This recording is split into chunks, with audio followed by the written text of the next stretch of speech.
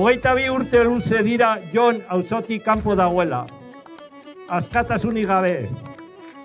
Eta beraz bada garaia etxera ekartzeko, arrotsapera.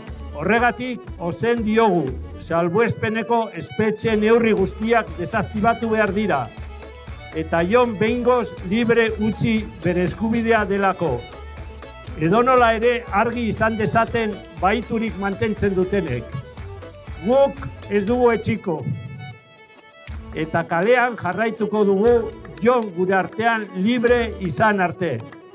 Besterik gabe animo guztioi eta beti aurrera. Euskal presoak etxera, Jon arrotsapeara. Euskal presoak!